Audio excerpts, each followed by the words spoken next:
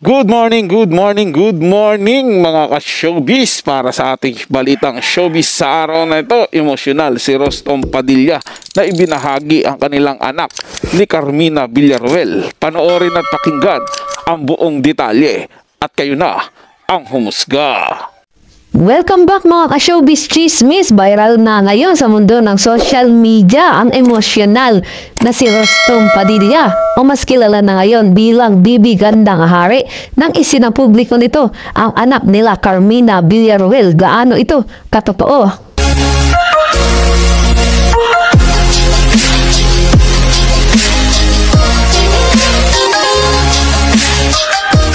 Hindi nga ringit sa halaman ng lahat na bago pa man tuluyang naging si Bibi Gandang Hari ang dating matinee idol noong dekada 90 na si Rostom Padilla ay nagpakasal ito sa aktres na si Carmina Villaruel noong year 1994. 18 years old lamang noong panahon yun si Carmina, samantalang si Rostom naman ay 27 years old nung sila ay magdesisyong mag-secret weddings.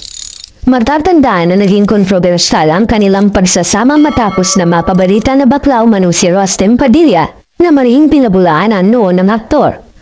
Naging naayos ang ilang taon pagsasama ni Rostom at Carmina hanggang sa dumating ng araw na hingin na ni Carmina ang kalayaan nito kay Rostom.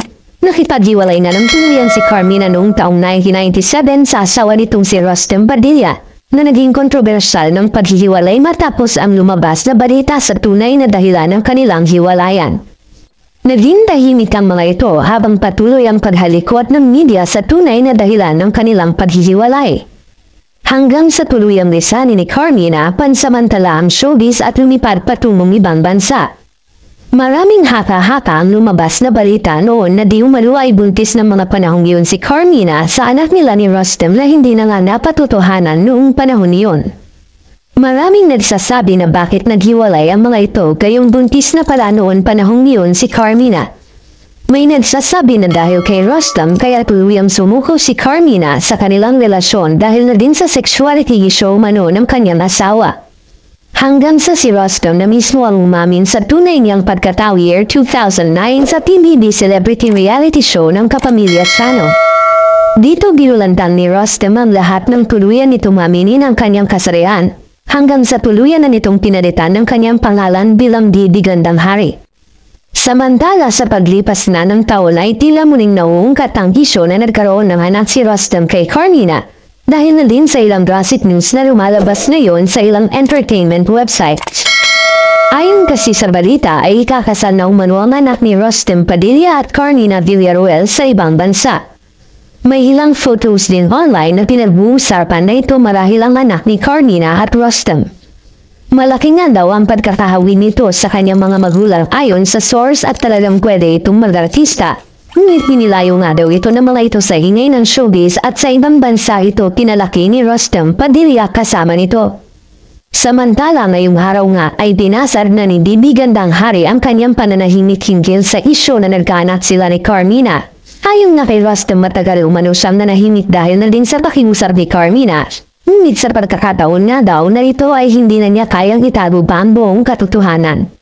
Ang ating balitang showbiz sa araw na to ay hatid sa inyo ni Showbiz Chismis. Nasa description po yung link ng kanyang channel. Bisitahin po at pakisubscribe na rin. At sa mga bagong napadaan lang po dito sa ating channel, huwag nyo rin po sanang kalimutan na mag-subscribe. Kung totoo man po na nagkaroon ng anak si Rostom Padilla o Bibi Gandang Hari na ngayon at si Carmina Villaruel nung panahon na sila ay nagsasama, marahil po choice nilang dalawa yon kung bakit nila inilihim sa publiko at ngayon lang ito nila ilalantad kung sakasakaling totoo man po mga ka-showbiz. Pero kung para sa akin, para maiwasan yung gantong issue sa inyong mga buhay, kayo po mga taga-showbiz, kung meron po kayong past o meron kayong nakaraang anak doon sa una yung partner, wag nyo pong ilihim doon sa nakaraang partner nyo rin. Diba, malay mo, makatulong siya sa inyo, magtulungan kayo na palakihin yung bata kahit hiwalay na kayo. Huwag nyong itatago na paglaki na lang nila tsaka nyo sasabihin o ilalabas sa mga kakilala nyo. Siyempre magugulat din po sila.